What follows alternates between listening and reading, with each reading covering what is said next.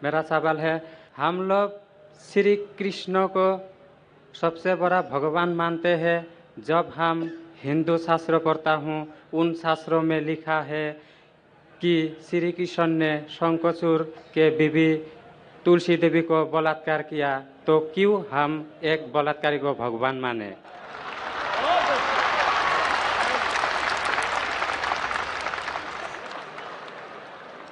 भाई साहब का सवाल है कि हम श्री कृष्ण को भगवान मानते हैं, अगर उसने बलात्कार किया है तो बलात्कारी को भगवान क्यों माने। भाई साहब, जैसे मैंने कहा कि मैं हिंदू धार्मिक किताब पढ़ चुका हूँ, वेद पढ़ चुका हूँ, महाभारत पढ़ चुका हूँ, रामायण पढ़ चुका हूँ। और मैं जब पब्लिक में प्रचार करता हूँ तो मैं ऐसा प्रचार करता हूँ, अच्छी बातें कहता हूँ, पढ़ता हूँ सब कुछ, यकसानियत की बात करता हूँ और कहता हूँ, इख्तिलाफ की नहीं करता हूँ। आपने जो सवाल पूछे कि क्यों मानते, मैं आपसे पूछूंगा आप क्यों मानते। आप अगर कहते नहीं मानना चाहिए तो आप मत मानो। तो मैं समझता हूं कि अगर श्री कृष्ण सही में भगवान के अवतार है, अगर सही में पैगंबर है, तो कोई भी पैगंबर बलात्कार नहीं कर सकता है। सर, लिखा है तो बोई में लिखा है, किताब ग्रंथ में लिखा है। भाई साहब, मैं जानता हूं, मैं आपका जवाब देता हूं, मैं जानता हूं, मैंने नहीं कहा कि आप गलत कह रहे, मैं आपको कह रहा हूं ना। मिसाल देता हूं मैं, लूत अलैहिस्सलाम कुरान में लिखा है कि अल्लाह के पैगंबर है, ठीक है। लेकिन श्री कृष्ण अल्लाह के पैगंबर है, कुरान में नहीं लिखा है। लेकिन अल्लाह के रसूल फरमाते हैं कि इस धरती पे 1,24,000 पैगंबर भेजे, नाम से 25 है। उन 25 में से एक का नाम लूत अलैहिस्सलाम है। जब मैं बाइबल पढ़ता हूं, बाइबल में लिखा है कि लूत अलैहिस्सलाम ने जिना किया अपनी बेटियों के साथ। जो आपके शास्त्र में लिखा है उससे बड़ा गुनाह लिखा है बाइबल में। तो मैं क्या कहता हूं, वो बाइबल में गलत लिखा है। लूत अलैहिस्सलाम पे मैं इल्जाम लगा ही नहीं सकता हूं, क्योंकि लूत अलैहिस्सलाम अल्लाह के पैगंबर है। अब समझिए ना। तो मैं कहता हूं कि वो चीज जो बाइबल में है वो मिलावट है। अल्लाह के पैगंबर कभी भी अपनी बेटियों के साथ जिना नहीं कर सकते। तो मैं कहता हूं लूत अलैहिस्सलाम पैगंबर है, लेकिन वो चीज गलत है। जहां तक कि श्री कृष्ण का सवाल है, श्री कृष्ण का नाम कहीं भी कुरान में नहीं आया है, कहीं भी हदीस में नहीं आया है। लेकिन हमारे पैगंबर मोहम्मद सल्लल्लाहु अलैहि वसल्लम आखिरी पैगंबर फरमाते हैं कि दुनिया में 1,24,000 पैगंबर आ चुके। तो कोई मुझसे पूछता है क्या श्री कृष्ण पैगंबर हो सकते, तो मैं कहता हूं मुझे पता नहीं, हो भी सकते नहीं भी हो सकते। मैं ये नहीं कह सकता हूं कि कृष्ण अलैहिस्सलाम, ये नहीं कह सकता क्योंकि मैं जानता नहीं हूं, बराबर ना। लेकिन अगर है भी तो जितने पैगंबर आखिरी पैगंबर मोहम्मद सल्लल्लाहु अलैहि वसल्लम के पहले आए वो सिर्फ उन लोगों के लिए थे और उस वक्त के लिए थे। आज तुम्हें मानना चाहिए आखिरी पैगंबर मोहम्मद सल्लल्लाहु अलैहि वसल्लम। तो इसीलिए इस शास्त्र के बारे में मैं जानता हूं, श्री कृष्ण के बारे में, मैं राधा के बारे में भी जानता हूं, श्री कृष्ण की कितनी बीवियां दो भी जानता हूं। श्री कृष्ण की 8 बीवियां थी, बाद में जंग के मैदान में 16,100 बीवियों से शादी किया। कुल मिला के उनके पास थे 16,108 बीवियां। कितनी? 16,108 बीवियां महाभारत में लिखा है। और उन 16,108 में से राधा उनकी बीवी नहीं थी। और आपने जो कहा वो भी सही है। अभी मैं ज्यादा तफसील से बात नहीं करना चाहता हूं, लोग कहेंगे जाकिर तनकीद कर रहा है। तो इसीलिए मैं इस बात को कतई नहीं मानता हूं कि ये भगवान की तरफ से हो सकता है। आप समझते ना। अगर श्री कृष्ण खुदा के अवतार है या पैगंबर है तो कोई भी पैगंबर ऐसा नहीं कर सकता है। आप समझे ना। तो इसीलिए ये चीज मैं नहीं मानता हूं। आप मानते ऐसा कर सकते हैं श्री कृष्ण?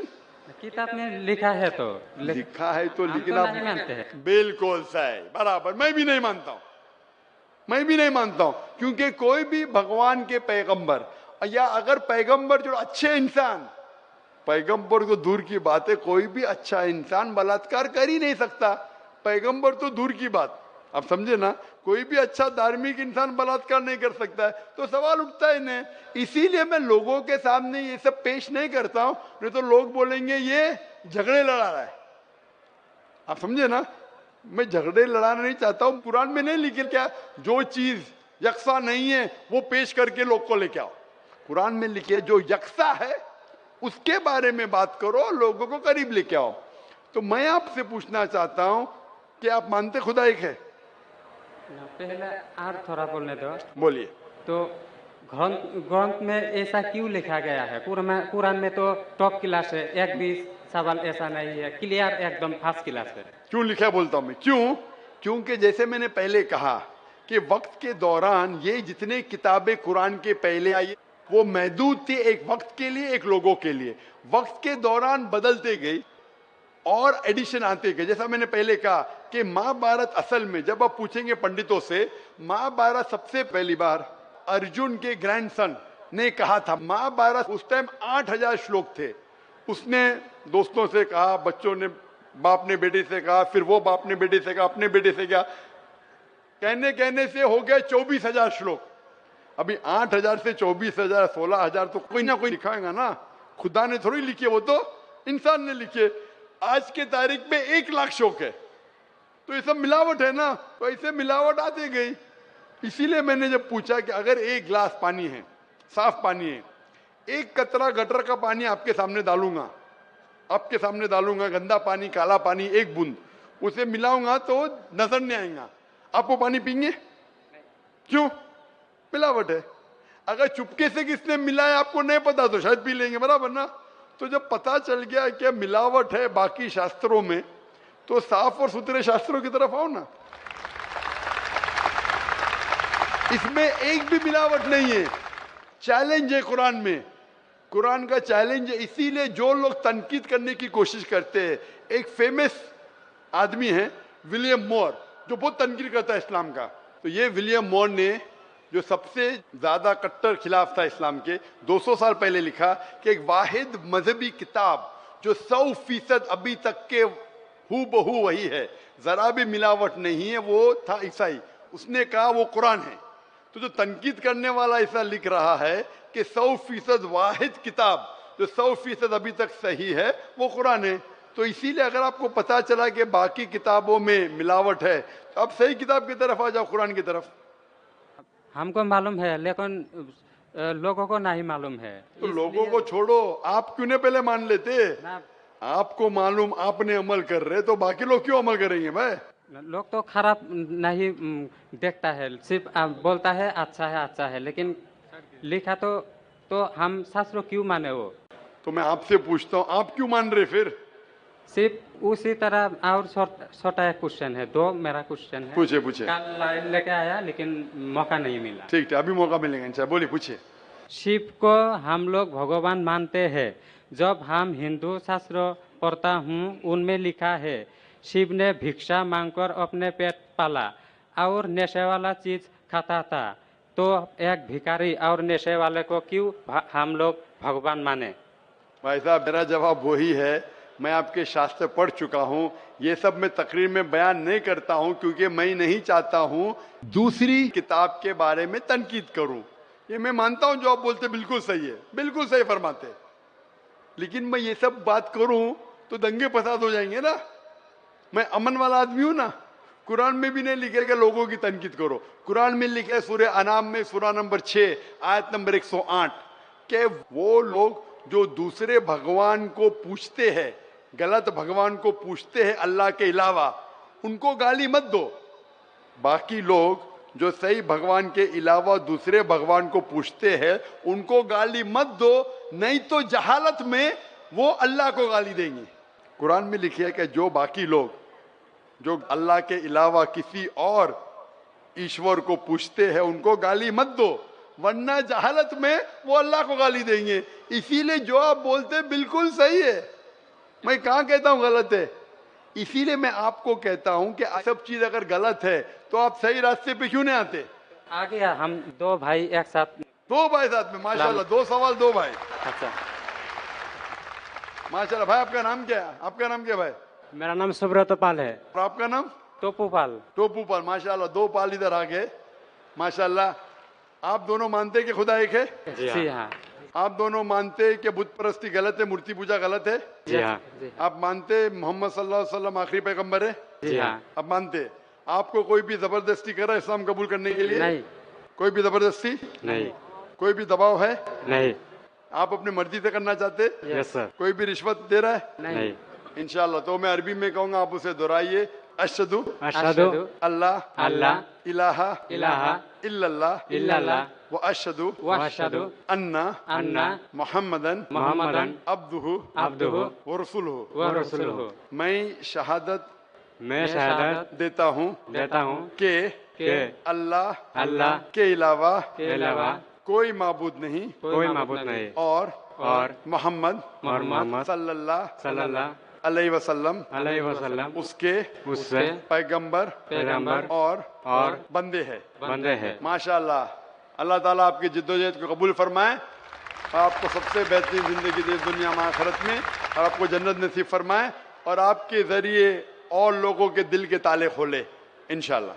सर एक बार आपके गले लगना चाहता हूँ और एक कुरान मुझे दे दीजिए। ठीक है, अब आ सकते हैं ऊपर। अगर ये नगमा फसल गुलो लाला का नहीं पाबंद, ये नगमा फसल गुलो लाला का नहीं पाबंद, बहार हो के ख़ज़ां ला इलाहा इल्लल्लाह, बहार हो के ख़ज़ां ला इलाहा इल्लल्लाह।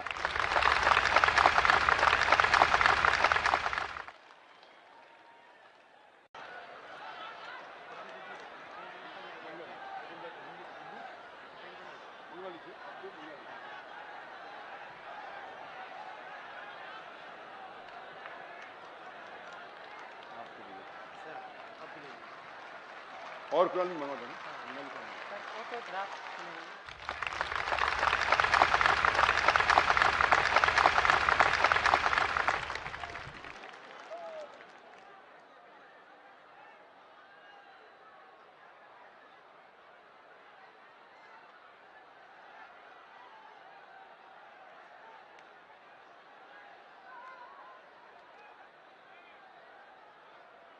हम चलते हैं माइक नंबर 2 पर।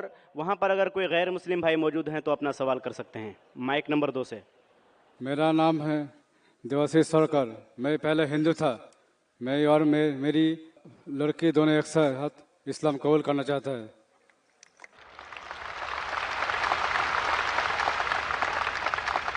माशाल्लाह, भाई और भाई की बेटी दोनों इस्लाम कबूल करना चाहते हैं। आपकी बेटी क्या खवातीन के शोबे में है? माइक्रोफोन पे जी है। वो है आपके हाथ में। माशाल्लाह। भाई साहब, आप मानते हैं कि खुदा एक है? जी मानता हूँ, जरूर मानता हूँ। आप मानते हैं कि मूर्ति पूजा गलत है? बिल्कुल गलत है। आप मानते हैं कि मोहम्मद सल्लल्लाहु अलैहि वसल्लम आखिरी पैगंबर है? जी हाँ, आखिरी पैगंबर है। भाई साहब, आप पे कोई भी जबरदस्ती कर रहा है इस्लाम कबूल करने के लिए? कोई नहीं, कोई शख्स नहीं, कोई भी दबाव है? कोई दबाव नहीं है। कोई भी आपको रिश्वत दे रहा है? नहीं दे रहे। आप अपने दिल से कबूल करना चाहते हैं? दिल से। तो इंशाल्लाह मैं अरबी में कहूंगा, आप उसे दोहराइए। अशहदु अशहदु अल्लाह अल्लाह इलाहा इलाहा इल्लल्लाह इल्लल्लाह व अशहदु व अशहदु अन्ना अन्ना मुहम्मदन मुहम्मदन अब्दुहु अब्दुहु व रसूलुहु। व रसूलुहु। मैं शहादत देता हूँ शहादत देता हूँ कि अल्लाह के अलावा अल्लाह के अलावा कोई माबूद नहीं कोई माबूद नहीं है और मोहम्मद सल्लल्लाहु अलैहि वसल्लम उसके पैगंबर और बंदे हैं। माशाल्लाह, मुसलमान हो चुके। और इंशाल्लाह मैं दुआ करता अल्लाह ताला से कि आपको ये ज़िंदगी और आखिरत में सबसे अच्छी ज़िंदगी दे और आपको जन्नत में ले जाए, और इंशाल्लाह आपके ज़रिए और लोगों को भी इस्लाम का पैगाम फैलाए इंशाल्लाह। गर्चे बुत हैं जमात की आस्तीनों में, गर्चे बुत हैं जमात की आस्तीनों में, मुझे है हुक्म अज़ां ला इलाहा इल्लल्लाह। माइक नंबर 1 पर एक गैर मुस्लिम बहन हैं जो सवाल करना चाहती हैं, बहुत बेकरार हैं। वो माइक नंबर 1 पर आएँ और अपना सवाल करें। मेरा नाम है मेरीना, गांव ठाकुरगंज। हम मुसलमान बनना चाहते हैं।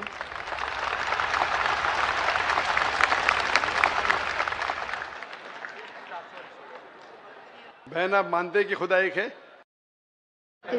आप मानते हैं खुदा एक है? हाँ। आप मानते हैं कि बुत परस्ती मूर्ति पूजा गलत है?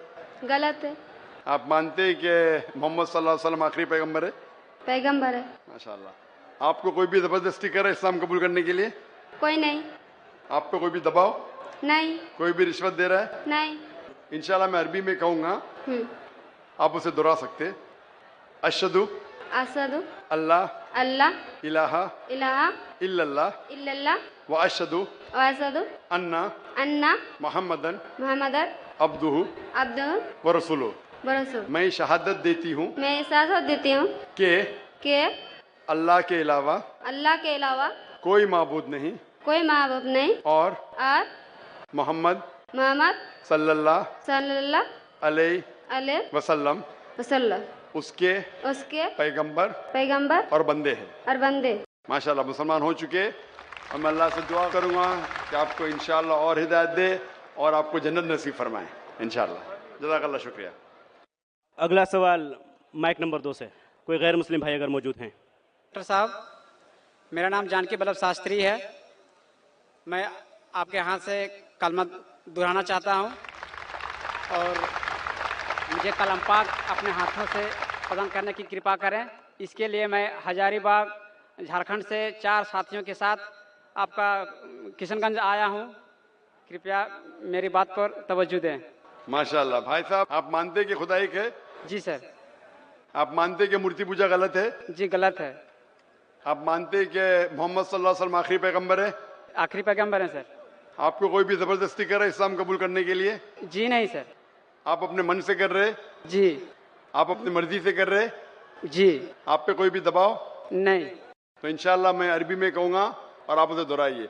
अशहदु अशहदु अल्लाह अल्लाह इलाहा इलाहा इल्लल्लाह इल्लल्लाह व अशहदु व अशहदु अन्ना अन्ना मुहम्मदन मुहम्मदन अब्दुहु अब्दुहु व रसूलुहु। व रसूलुहु। मैं शहादत देता हूँ मैं शहादत देता हूँ कि कि अल्लाह के अलावा अल्लाह के अलावा कोई माबूद नहीं कोई माबूद नहीं और मोहम्मद मोहम्मद सल्लल्लाहु अलैहि वसल्लम उसके पैगंबर और बंदे हैं। माशाल्लाह मुसलमान हो चुके।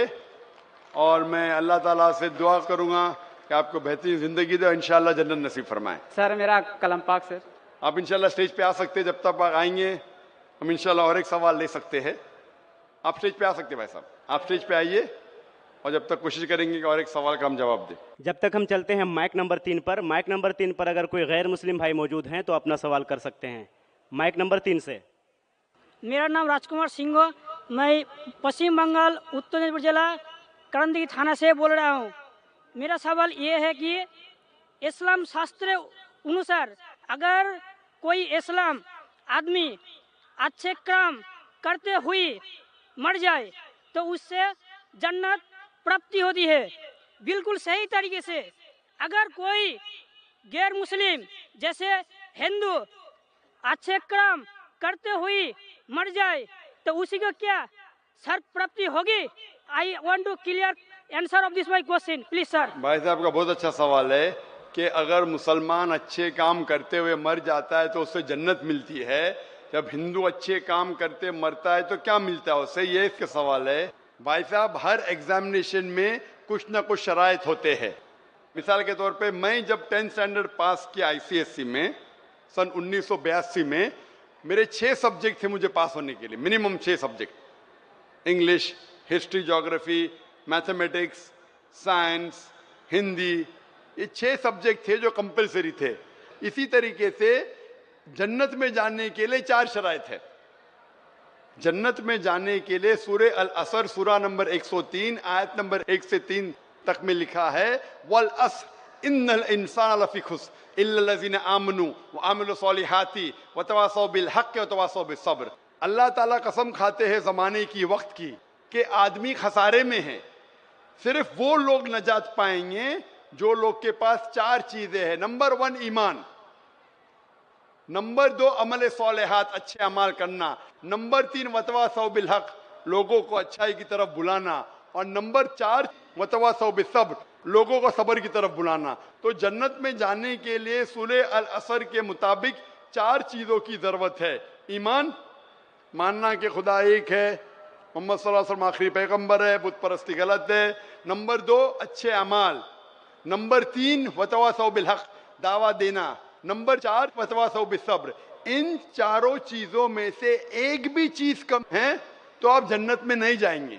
अगर अल्लाह ताला माफ करना चाहता है ग्रेस मार्क्स देख के तो अलग बात है। अल्लाह ताला फरमाते सूरह निसा में सूरह नंबर 4 आयत नंबर 48 में और सूरह निसा सूरह नंबर 4 आयत नंबर 116 में कि अल्लाह अगर चाहे तो कोई भी गुनाह को माफ कर सकते, लेकिन शिर्क को कभी नहीं माफ करेंगे। तो आमतौर पे जन्नत में जाने के लिए 4 चीज की जरूरत है। आपको शिर्क नहीं करना चाहिए। तो अगर एक आदमी को 4 में से 3 चीज में अच्छे मार्क्स मिले, मिसाल के तौर पे मैं 10th स्टैंडर्ड के अंदर 6 सब्जेक्ट में से 5 सब्जेक्ट में 100% मिले मुझे और एक सब्जेक्ट में मैं फेल हो गया हूं, एक सब्जेक्ट में मिलता है 5 आउट ऑफ 100, तो क्या मैं एग्जामिनेशन में पास होगा भाई साहब? नहीं सर। मैं 10th स्टैंडर्ड पास होगा? नहीं। नहीं। क्यों नहीं? लेकिन मुझे 5 में तो 100% मिले। नहीं, सब 6 में पास होना चाहिए। 5 में से 100 से 100 मिले तो 6 में पास होना चाहिए। भले सब 6 में 100 में से 50 मिले चलेगा, लेकिन 5 में आपको 100 में से 100 मिले, एक में फेल हुए तो 10th स्टैंडर्ड फेल। इसीलिए जन्नत में जाने के लिए एक शर्त है कि शिर्क नहीं करना चाहिए। आप समझे? शिर्क नहीं करना चाहिए। उसके अलावा ईमान होना चाहिए, आपके अच्छे अखलाक होना चाहिए, आपको दावा देना चाहिए, सब्र होना चाहिए। आप बोले एक इंसान अच्छे काम करता है, ना चोरी करता है, मदद करता है, चैरिटी देता है, लेकिन शिर्क करता है, अल्लाह के अलावा, खुदा के अलावा, ईश्वर के अलावा किसी और की इबादत करता है, तो जन्नत में जा ही नहीं सकता है। अपने आप को अगर मुसलमान बोलता है और शिर्क करता है, फिर भी जन्नत में नहीं जाएगा। खाली मुस्लिम बोलने से कोई इंसान जन्नत में नहीं जाएगा। मुस्लिम बोलने के बावजूद उसे शिर्क नहीं करना होगा, ईमान लाना होगा, अच्छे अमाल करना होगा, दावत पेश करना होगा और सब्र की दावत भी पेश करना होगा। ये सब होंगे तो जन्नत में जाएगा, वरना नहीं जाएगा। अब हम चलते हैं माइक नंबर 1 पर, वहां पर अगर कोई गैर मुस्लिम भाई मौजूद हैं। मेरा नाम इंद्रदेव पासवान है और पेशे से वकालत करता हूं, खगरा का रहने वाला हूं। मेरा सवाल है, तथाकथित रूप से जिहाद के नाम पर कुछ कट्टरपंथी तत्व मासूम लोगों को गुमराह कर उनके द्वारा अमानवीय कार्य कराते हैं, जिससे पूरा मुस्लिम समुदाय राष्ट्रीय स्तर पर ही नहीं अंतर्राष्ट्रीय स्तर पर भी बदनाम हो गया है। अतः जिहाद क्या है और जिहाद के बारे में विस्तृत रूप से बताया जाए। भाई साहब ने पूछा और कहा कि कुछ लोग जिहाद के नाम पे लोग को गुमराह करते, इसीलिए इस्लाम का नाम खराब हो चुका है। आप बताइए जिहाद क्या है? सबसे ज्यादा गलतफहमी अगर इस्लाम में किसी शब्द के बारे में है, मुसलमान और गैर मुसलमान दोनों में, वो है लफ्ज जिहाद। मुसलमान और गैर मुसलमान अक्सर समझते हैं कि जिहाद के मानी कोई भी मुसलमान कोई भी लड़ाई लड़ रहा है, चाहे अपने फायदे के लिए हो, चाहे जमीन के लिए हो, चाहे दौलत के लिए, उसे कहते हैं जिहाद। जिहाद के मानी ये नहीं कि कोई मुसलमान लड़ाई कर रहा है जमीन के लिए, अपने फायदे के लिए, दौलत के लिए। जिहाद आता है अरबी लफ्ज जहादा से, जिसके मानी है जिद्दोजहद। जिहाद की मानी जिद्दोजहद। इस्लाम के पस मंजर में अगर कोई इंसान अपने नफ्स से जिद्दोजहद कर रहा है, अपने नफ्स से जिद्दोजहद कर रहा है गलत काम के खिलाफ, इविल इंक्लिनेशन, शैतानी हरकत के खिलाफ, उसे कहते हैं जिद्दोजहद। जिहाद उसे भी कहते हैं जो जिद्दोजहद कर रहा है माशरे को सुधारने के लिए। इस्लाम में जिहाद उसे भी कहते हैं जो एक जुल्म के खिलाफ जिद्दोजहद कर रहा है। अगर कोई जंग के हालत में अपने बचाव के लिए जिद्दोजहद कर रहा है, उसे भी कहते हैं जिहाद। जिहाद की मानी जिद्दोजहद। अक्सर लोग जिहाद का तर्जुमा करते हैं पाक जंग, ये गलत तर्जुमा है। ये था होली वॉर ईसाई लोग को डिस्क्राइब करने के लिए। पूरे कुरान मजीद में पाक जंग का तर्जुमा अरबी में करेंगे तो होता है हर्ब मुकद्दसा। कुरान में कहीं भी पढ़ो, कहीं भी लफ्ज हर्ब मुकद्दसा नहीं है, कोई भी हदीस में नहीं है। ये वेस्टर्नर्स ने लेबल दिए है। जिहाद की मानी जिद्दोजहद, और कुरान में साफ लिखा है सूरह मायदा सूरह 5 आयत नंबर 32 में, अगर कोई भी इंसान दूसरे इंसान का कत्ल करता है, सिवाय कत्ल के बदले कत्ल, मर्डर के बदले मर्डर, या अगर वो इंसान फसाद फैला रहा है इस धरती पे, इसके अलावा कोई भी इंसान मासूम इंसान का कत्ल करता है, गोया के सारी इंसानियत का कत्ल कर रहा है। और कोई भी इंसान दूसरे इंसान को बचाता है, वो सारे इंसान को बचाता है। ये सिर्फ कुरान में है, कोई भी मजहबी किताब में नहीं। लेकिन मीडिया ऐसे गुमराह लोग को पिकअप करके बताती है कि हर मुसलमान टेररिस्ट है, इसके पूरे जवाब के लिए आप मेरी कैसेट देखिए, जिहाद और दहशतगर्दी इस्लाम के पस मंजर में। माइक नंबर 3 पर अगर कोई गैर मुस्लिम भाई मौजूद हैं तो अपना सवाल कर सकते हैं। मेरा नाम अभिनय कुमार सिंह है sir. I belongs from Ambari east district area. Sir my question is, मैं 27वां रोजा करता हूं सर और हिंदू धर्म से बिलोंग्स करता हूं, क्या ये गुनाह है सर? भाई साहब का सवाल अगर मैं सही समझा कि आप 27वां रोजा रखते हैं या सर, तो क्या गुनाह करते हैं? क्या सर, वही जानना था सर। अगर आप के पास ईमान नहीं है, आप नहीं मानते कि खुदा एक है और नहीं मानते कि खुदा के अलावा कोई माबूद नहीं और नहीं मानते कि मोहम्मद सल्लल्लाहु अलैहि वसल्लम पैगंबर है, अगर आप रोजा रखे तो ये फाके के बराबर है। नहीं सर, मैं तो मानता हूँ कि भगवान एक अगर ही आप है। मानते हैं तो अल्हम्दुलिल्लाह, अगर ईमान है और फिर रोजा रखे तो अच्छी बात है, और अगर मुकम्मल ईमान लेके इस्लाम में दाखिल होते तो मेरी दरख्वास्त है कि कोशिश करो कि पूरा महीना रोजा रखे। Okay sir, I will do sir. इंशाल्लाह। आप मानते हैं कि खुदा एक है? Yes sir. आप मानते हैं कि खुदा के अलावा कोई माबूद नहीं? नहीं सर, मैं तो मानता हूँ कि भगवान एक ही है, चाहे वो खुदा हो, भगवान हो, कोई भी। आप मानते हैं कि बुत परस्ती, मूर्ति पूजा गलत है? नहीं सर, ये बात नहीं मानता हूँ सर। आप मानते हैं मूर्ति पूजा गलत है या सही है? सर सही है मेरे हिसाब से। आप मानते हैं मूर्ति पूजा सही है? Yes sir. तो अगर आप मूर्ति पूजा सही है मानते हैं, इस्लाम में मूर्ति पूजा करना गलत है, इस्लाम में गलत है, हिंदुइज्म में गलत है, ईसाईयत में गलत है। अगर आप मूर्ति पूजा मानते, रोजा रखे तो कोई फायदा नहीं, ये फाके के बराबर है। आप समझे ना? जब तक आप ये नहीं माने, क्योंकि लिखा है श्वेताक्षर उपनिषद में चैप्टर नंबर 4 श्लोक नंबर 19 और लिखा है यजुर्वेद में चैप्टर नंबर 32 श्लोका नंबर 3 में, न तस्य प्रतिमा अस्ति, उस भगवान, उस ईश्वर की कोई प्रतिमा नहीं, कोई अक्ष नहीं, कोई मूर्ति नहीं, कोई पिक्चर नहीं, कोई पेंटिंग नहीं, कोई फोटोग्राफ नहीं, कोई स्टैच्यू नहीं। तो अगर स्टैच्यू नहीं है, मूर्ति भगवान की नहीं है और आप मूर्ति पूजा कर रहे, मतलब भगवान के अलावा किसी और की पूजा करे तो गलत है, ये गुनाह है। तो आप स्वर्ग में कभी भी नहीं जाएंगे, जन्नत में कभी भी नहीं जाएंगे, चाहे आप अपने आप को मुसलमान भी बोलो, कोई फायदा नहीं। जब तक आप ये नहीं माने मूर्ति पूजा गलत है, आपको मुस्लिम बोल के कोई फायदा नहीं। नहीं सर, मैं तो दिल से मानता हूँ ना सर। नहीं, दिल से मानते कि मूर्ति पूजा गलत है कि सही है? सही है सर। तो सही है तो कोई फायदा नहीं। आप अपने आप को मुस्लिम बोलेंगे और शहादत देंगे तो भी कोई फायदा नहीं। आप और तहकीक करो और किताबें पढ़ो, जब आपको यकीन हो जाएगा कि मूर्ति पूजा गलत है, फिर ही आप अपने आप को इस्लाम में दाखिल करो, नहीं तो कोई फायदा नहीं। जब तक आप मूर्ति पूजा जिंदगी से नहीं निकालेंगे, कुरान में लिखे सूरह निसा सूरह 4 आयत नंबर 48 और सूरह निसा सूरह नंबर 4 आयत नंबर 116 में कि अल्लाह ताला भगवान ईश्वर कोई भी गुनाह को माफ कर सकता है, लेकिन शिर्क, मूर्ति पूजा को कभी माफ नहीं कर सकता है। तो ये जब तक आपकी जिंदगी में कोई फायदा नहीं, रोजा रख के कोई फायदा नहीं, नमाज पढ़ के भी। जी दोस्तों, उम्मीद करता हूँ आप लोगों ने डॉक्टर जाकिर नाइक साहब की ये वीडियो देख ली होगी। यकीनन डॉक्टर साहब ने बहुत ही मुदल्लल जवाबात दिए जो लोगों ने सवालात किए। जैसे कि एक भाई ने सवाल किया श्री कृष्ण के मुतालिक, तो डॉक्टर साहब ने बड़ी ही खूबसूरत अंदाज के साथ जवाब दे दिया कि देखो, मुख्तलिफ़ अम्बिया अलैहिस्सलातु वस्सलाम के नाम आ चुके हैं और कुरान में भी कुछ का तज़किरा मौजूद है, ठीक है ना।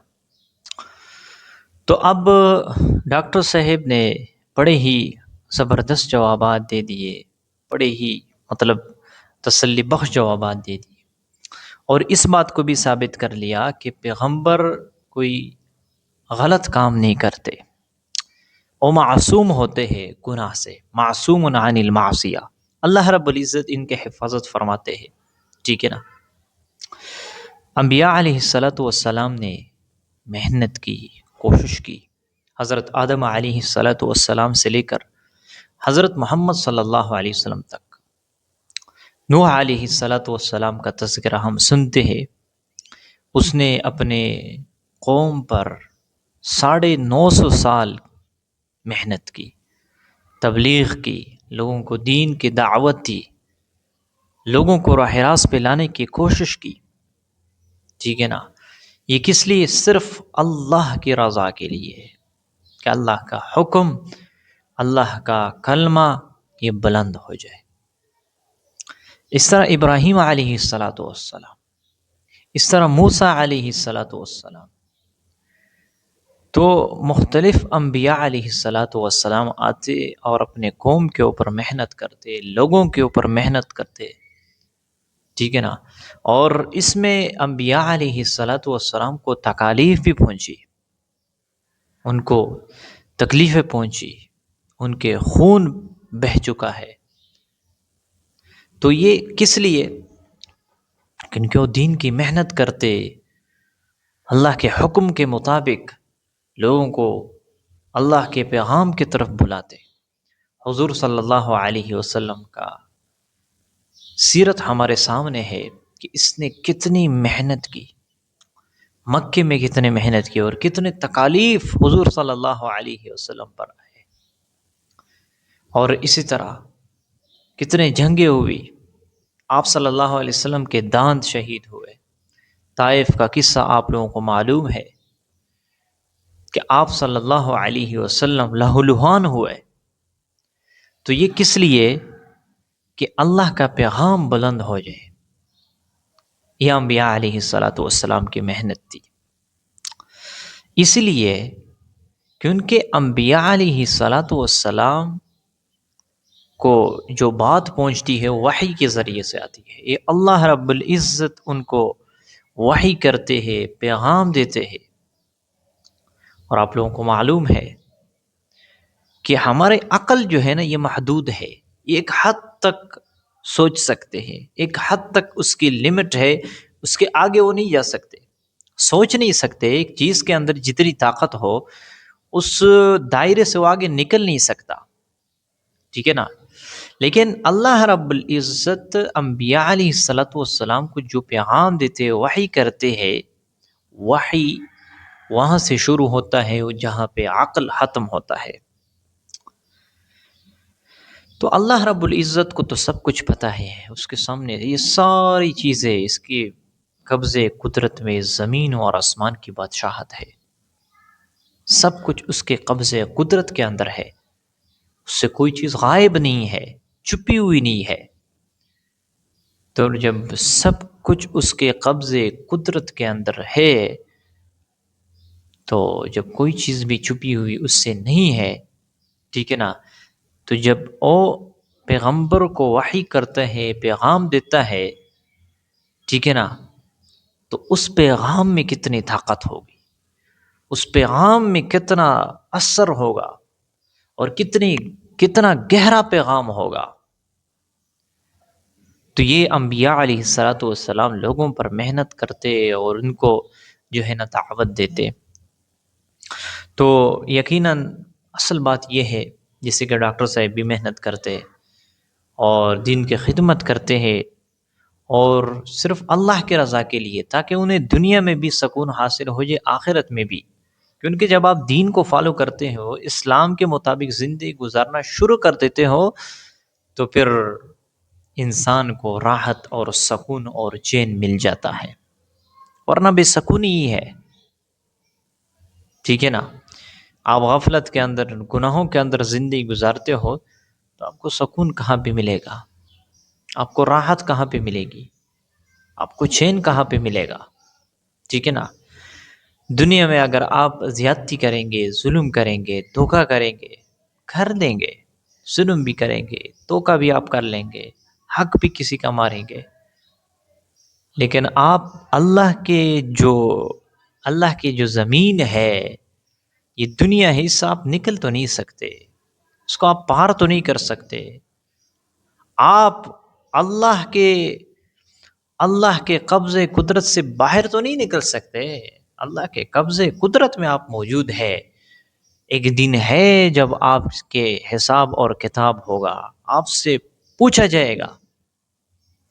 तो इसलिए जिन भाइयों ने कलमा नहीं पढ़ा है, इनसे रिक्वेस्ट है, दरख्वास्त है कि वो कलमा पढ़ ले, एक अल्लाह पर ईमान ले, हुजूर सल्लल्लाहु अलैहि वसल्लम पर ईमान ले, उसके तरीके के मुताबिक ज़िंदगी गुजारना शुरू कर दे और इस्लाम के मुताबिक कोशिश कर ले कि वो चलना शुरू करे।